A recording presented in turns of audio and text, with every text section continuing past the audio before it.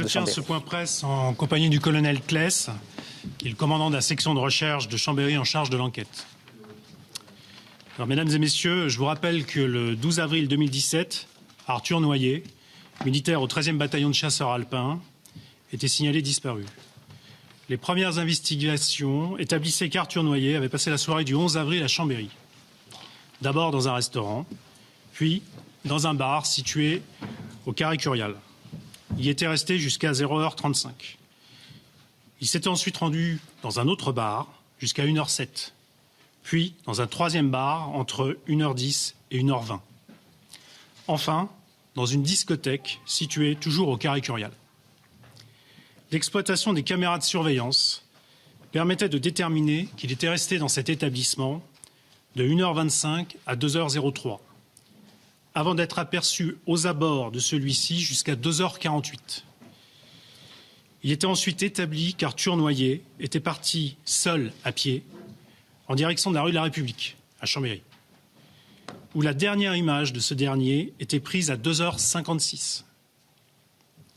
La géolocalisation de son téléphone permettait d'établir que, à 3h01, il avait déclenché le relais de la place Paul Chevalier à Chambéry. Puis à 3h05, son téléphone avait déclenché un relais sur la commune de Saint-Baldoff, commune située à 6 km de la place Paul Chevalier. Puis à 3h11, un autre relais sur la commune d'Apremont, à 7,5 km de Chambéry. À compter de 4 heures du matin, le téléphone portable d'Arthur Noyer n'émettait plus. La vitesse de déplacement repérée sur les bornes téléphoniques démontrait clairement qu'après la place Paul Chevalier, Arthur Noyer s'était déplacé dans un véhicule et non plus à pied. Comme vous le savez, Arthur Noyer ne se présentait pas au quartier de son régiment le lendemain matin.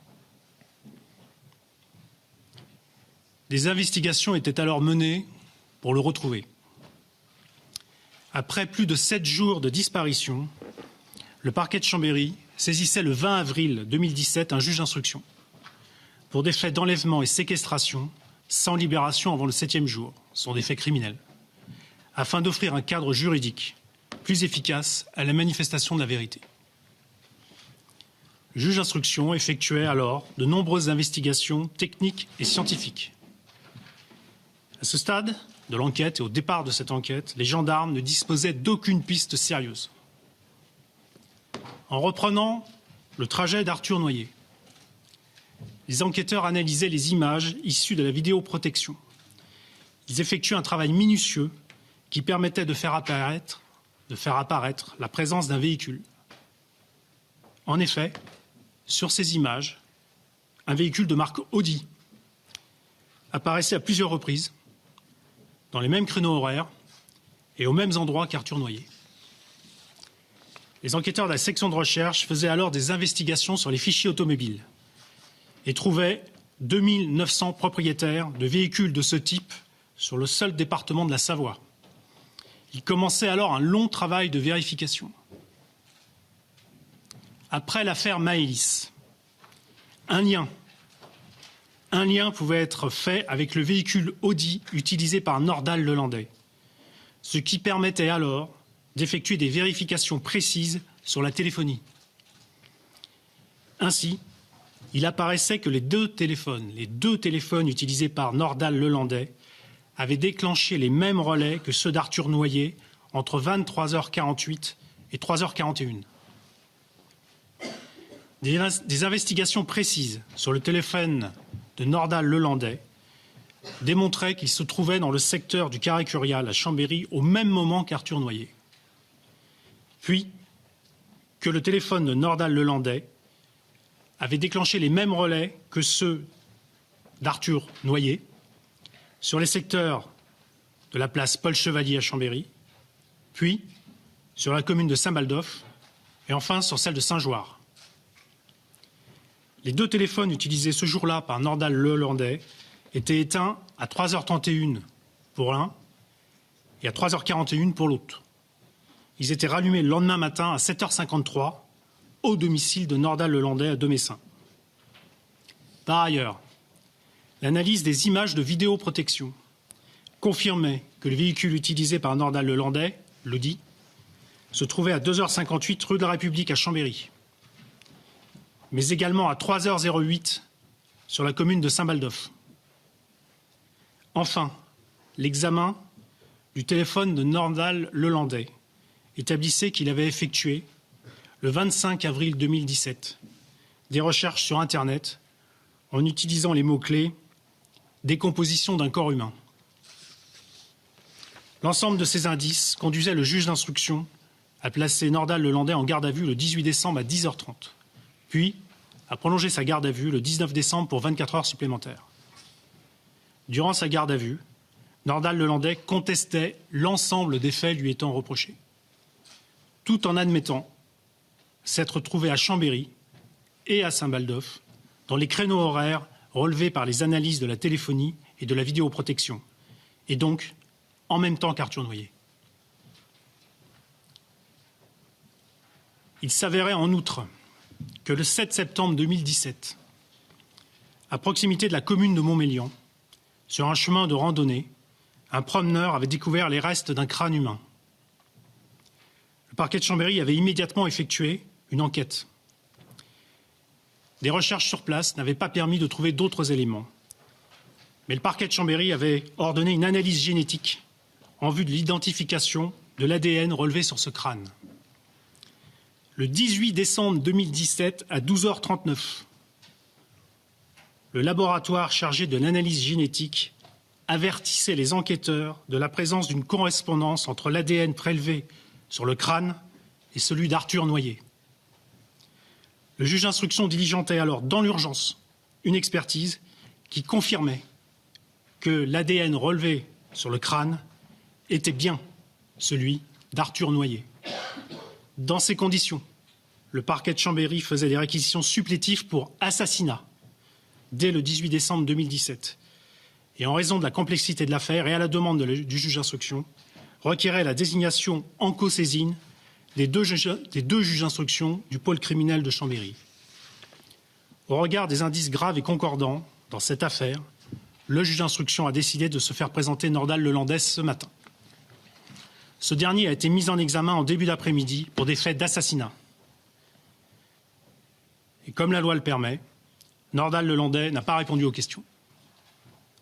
Le parquet a recueilli ce jour, dans cette affaire, le placement en détention provisoire de Nordal Lelandais. Le colonel Kless va vous exposer les moyens mis en œuvre par la gendarmerie dans cette affaire. Ensuite, je serai avec lui à votre disposition pour répondre à quelques brèves questions, s'il vous plaît, quelques brèves questions dans la limite de la présomption d'innocence, et dès lors que ces questions ne seront pas susceptibles de nuire à l'enquête, ni de porter atteinte à l'intimité de la famille d'Arthur Noyer. Je vous remercie. Mon colonel. Oui, merci, monsieur le procureur. Donc, s'agissant de la gendarmerie nationale, donc l'ensemble des moyens qui ont été engagés l'ont fait sur deux niveaux. Un premier niveau, je dirais, opérationnel, et un deuxième niveau, donc, sur un plan d'investigation. Alors, le niveau opérationnel a débuté dès le 12 avril dans le cadre de la disparition d'Arthur Noyer, sous la houlette, donc, sous le commandement du colonel Machac Samuel, commandant le groupement de la Savoie, et du commandant de compagnie de Chambéry, le commandant Renaud. Donc l'idée, effectivement, était de lancer un ensemble de recherches, de ratissage et de sondage grâce à un ensemble de moyens qui avaient été mis en place avec des forces mobiles, des forces de gendarmerie départementale, un appui de l'armée de terre, de la BIM, de Vars, soit à peu près régulièrement une centaine de personnes engagées pour ce type de recherche. Bien sûr, des personnels qui ont été appuyés par les unités spécialisées, en l'occurrence donc l'ensemble des équipes cynophiles donc, des pays de Savoie, avec les chiens Saint-Hubert, les brigades nautiques, les PGHM des Savoies, et bien sûr les militaires qui ont en charge l'aspect criminalistique de ce dossier. Donc, comme vous le voyez, c'est l'ensemble du spectre missionnel qui a été mis en place et concomitamment, et dès le début, il y a eu une montée en puissance rapide donc, pour l'investigation avec la création d'un groupe d'enquêteurs qui a été pris en compte au niveau de la direction d'enquête par la section de recherche conjointement saisie avec la brigade des recherches de Chambéry. Donc une quinzaine d'enquêteurs qui avaient pour but, dans un premier temps, d'identifier un petit peu le déroulé de la soirée d'Arthur Noyer et de mettre en perspective l'ensemble des éléments de preuve que l'on aurait pu recueillir pour identifier toute personne qui aurait pu être en contact avec Arthur Noyer et bien sûr recouper un ensemble de témoignages pouvant orienter les hypothèses d'enquête. Voilà ce que je pouvais dire, monsieur le procureur, sur les moyens engagés.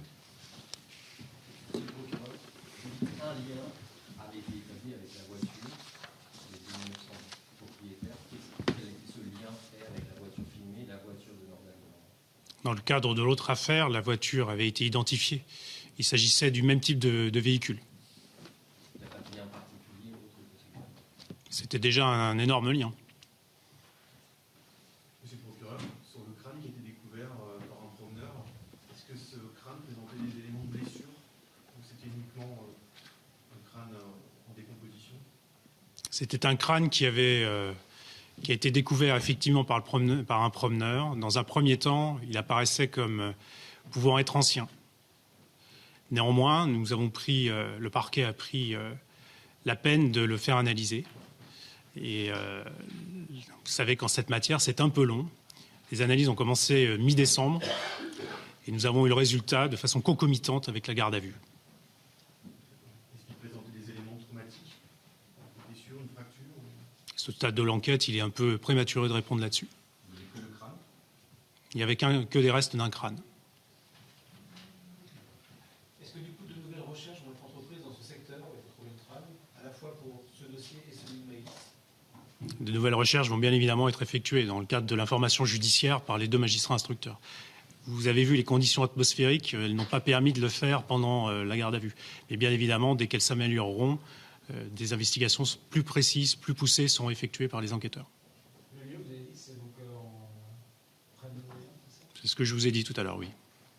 Monsieur le procureur, je suis pas sûre d'avoir bien compris, mais est-ce qu'on a bien retrouvé le téléphone du caporal Noyer chez Nordal-Lelandais? Vous avez dit qu'il s'est rallumé chez Nordal-Lelandais? Non, c'est pas du tout ce que j'ai dit. Non. Outre l'ADN retrouvé sur le crâne, d'autres produits ont pu être détectés, des acides. Pour l'instant, il n'y a que l'ADN qui a été retrouvé sur le crâne. Dans le déroulé de la soirée, il est question d'une bagarre dans laquelle aurait été impliqué à propos de son téléphone, justement, du caporal Noyer. Est-ce que ça apparaît ça, sur les images ou pas que vous avez pu, observer? C'est un élément qui a été vérifié par les enquêteurs. C'est pas vraiment une bagarre, mais le téléphone a été dérobé de la victime, Arthur Noyer. Il y a eu des interventions d'un témoin. La police allait arriver sur place, mais le téléphone a été rendu. Les personnes impliquées, témoins et auteurs de cela, ont été entendues. Les vérifications ont été effectuées. Ils n'étaient manifestement pas en capacité d'être présents aux endroits où était Arthur Noyer, au moment où a disparu Arthur Noyer. Donc ça a été vérifié sur ce point. Assez rapidement d'ailleurs. Est-ce que vous avez la plaque de la voiture de l'Audi qui peut matcher avec la voiture du suspect? C'est pas un élément. Arthur Noyer a reconnu sa présence sur les lieux. Arthur Noyer, je vous prie de m'excuser. Nordal-Lelandais a reconnu sa présence sur les lieux. Une dernière question? Est-ce qu'il y a d'autres recherches liées à d'autres disparitions ces dernières années dans Savoie ou dans le Haut-Savoie? Dans cette affaire, il y a juste l'affaire du caporal Arthur Noyer. Bien évidemment, avec les services du colonel Kless, nous allons regarder toutes les disparitions inquiétantes qui ont pu avoir lieu dans la région, mais ça sera dans le cadre d'une autre affaire et d'une autre procédure. Je vous remercie, mesdames et messieurs.